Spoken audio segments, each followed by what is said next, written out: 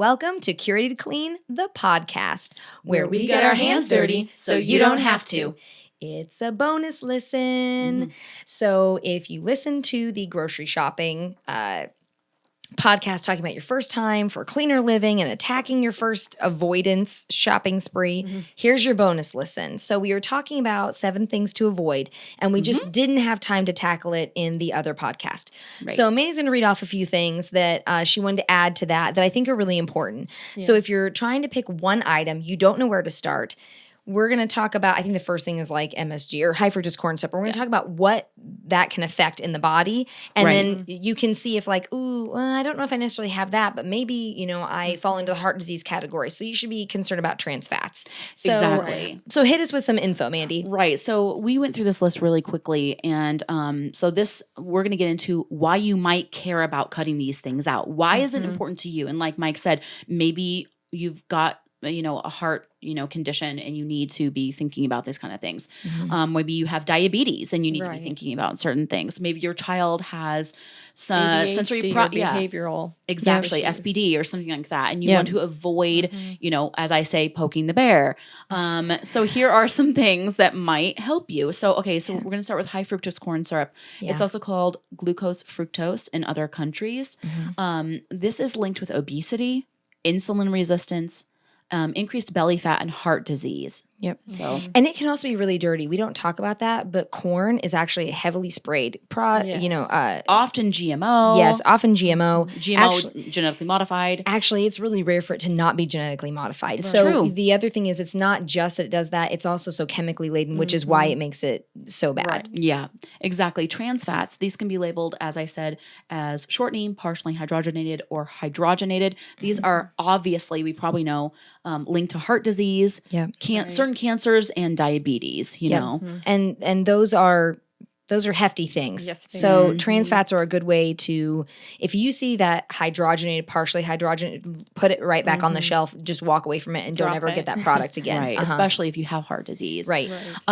Artificial flavors. Now, in America, that's over 100 possible chemical additives. Gulp. Yeah. So, just keep your eyes peeled. Yeah. It's linked to allergic and behavioral reactions. A lot of these affect children more than adults, but they can affect adults. Yes. Right. So be careful. Right. MSG, monosodium glutamate, the first thing that Mike cut out of her diet and her clean living journey. It's linked to chest pain, scary, heart palpitations, headaches, and stimulates your taste buds, causing you to eat more. I will say my father-in-law is allergic to MSG, and my daughter, whenever she's around, she instantly breaks out in a rash all over her.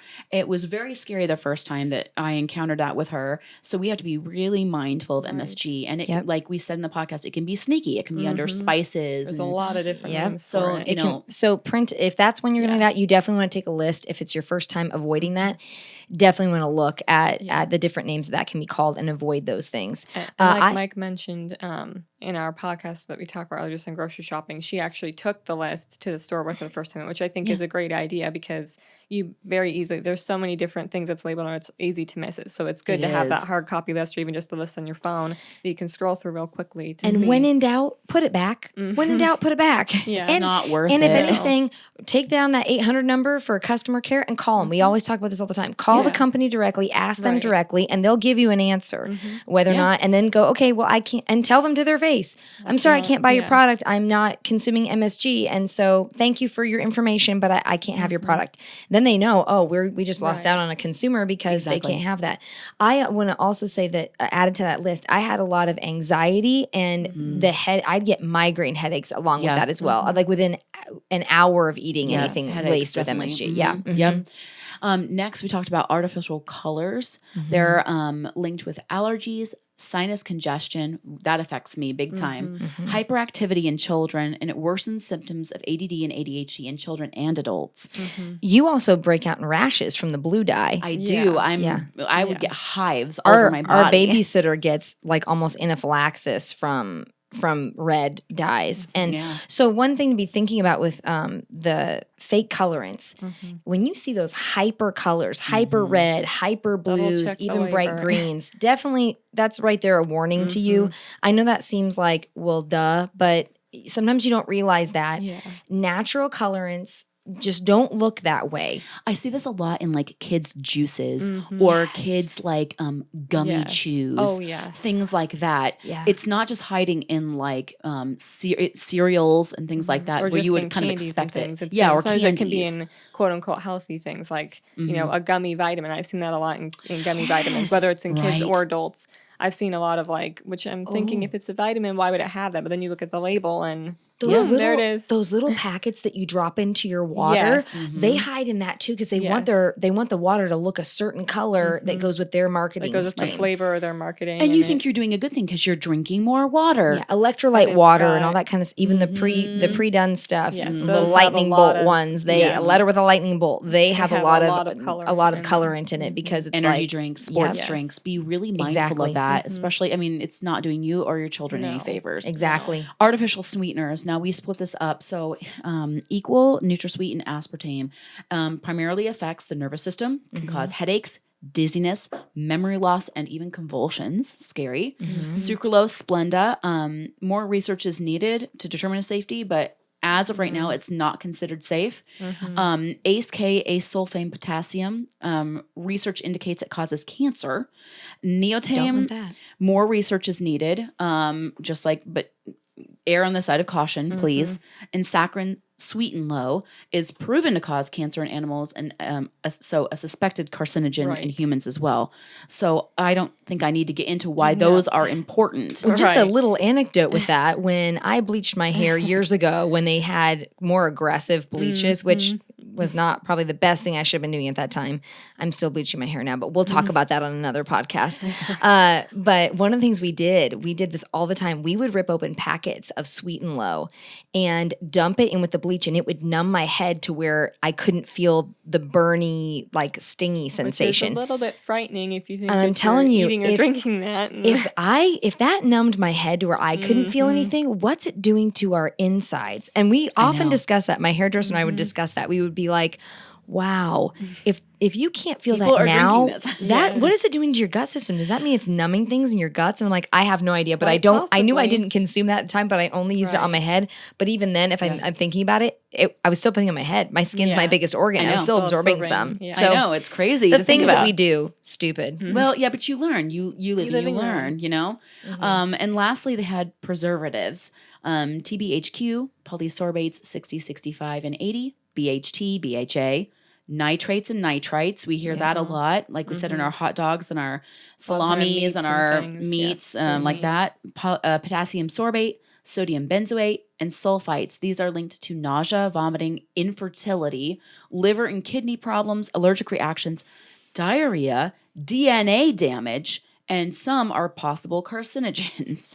Wow. I know. Just a couple things, not a big deal. few No, those little are things. very big deals. Exactly. Right. Yeah. And these are things that it just says BHA on the label. Well, there's a lot more that comes behind those little letters. Right. Yeah, but if you don't know what you're looking for, and they're counting on you not knowing. Or not asking, just seeing the letters and going, well, I don't know what that is, and I'm not going to look it up. I don't need to know because it just says this, and if it's on here, it's fine. Right. Exactly. And just because they're putting it on the label, they're not being as transparent as they could be. Because I think that sometimes we think, well, it was on the label, so if they had the guts to tell me it, then it can't be that bad. Yeah. Oh, no, they put it on the label because they were forced to, and they just expect us to not ask any questions. Well, what you might be able to look for, instead of looking for these things that might seem a little more intimidating, maybe you could start looking for something that says preservative free. Yeah. Or a lot of meats now, if they do it, will say nitrite and nitrate free, which exactly that's a good place to start. If you feel intimidated, because a lot of those words are large, and some of them, I've had to look up some of these things myself. Or if you're already looking for a ton of other things, you're thinking, my goodness, maybe you got kids in tow, and you just need to get out of the store already. Right. You don't have time to sit there and look through everything. You've got a time crunch. You just want to get home. You're tired. You have a long day at work, whatever it may be. So don't feel overwhelmed. Okay, look at that package, like we said in the podcast itself.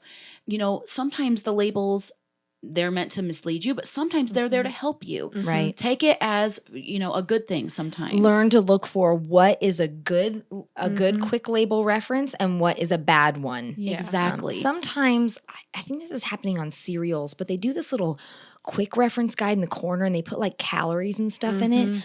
They don't often talk, I think they talk about the sugars, but they don't talk about where the sugars are coming from. Right. They don't, I think those are a little bit more deceiving. They claim it's for ease and stuff, but once again, marketing, just make sure that you're understanding which quick references are trustworthy and which ones are not. Right. And this is a little bonus, but we were talking about GMO foods. So if you are, looking out for genetically modified foods, usually they'll have slapped on the outside non-GMO project or GMO guard, and you can know that right then and there, those items are safe and do not have GMO. And if they are not GMO, you can basically be sure that they are pesticide free. They're often organic, right then and there. I want to encourage people to, go out and check out your local farmer's market. Yes. More and more people are coming, and most of them are not using, chemicals on their, gardens. They're not using GMO. A lot of them are actually using heritage seeds.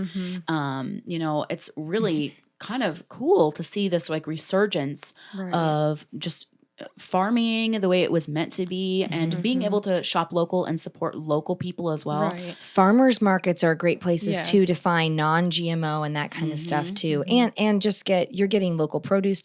Local honey is great to get those for your places. allergies. Yes. Yeah, it can work wonders, and it's better for the environment. It is. So there's all sorts of implications there that can be really super positive. So these are just a quick little bonus listen for you guys, getting into a little bit more detail if you wanted to know from the podcast why you might want to avoid those top 7. Whitney mentioned also the EWG. Yes, and we'll put a link to that. Right. We'll put links to all that, and they will help guide you on like the Dirty Dozen, the top things that you might want to avoid. Even you're thinking, well, I'm in the produce section. I'm doing the right thing, right? You got to be careful of these things that are still. Because some of them could still have a lot of pesticides and different things in them. So it's good to know. Obviously, that doesn't apply to everything. You don't have to use that list. Sure. Do or die. But it's, even for me, some of the things were kind of shocking because I'd forgotten on the Dirty Dozen how dirty some of them were. So exactly. It was nice to a review for me to go back over that and go, okay, I have to remember, try to get this and this. And it's not a static list. Like every year they review.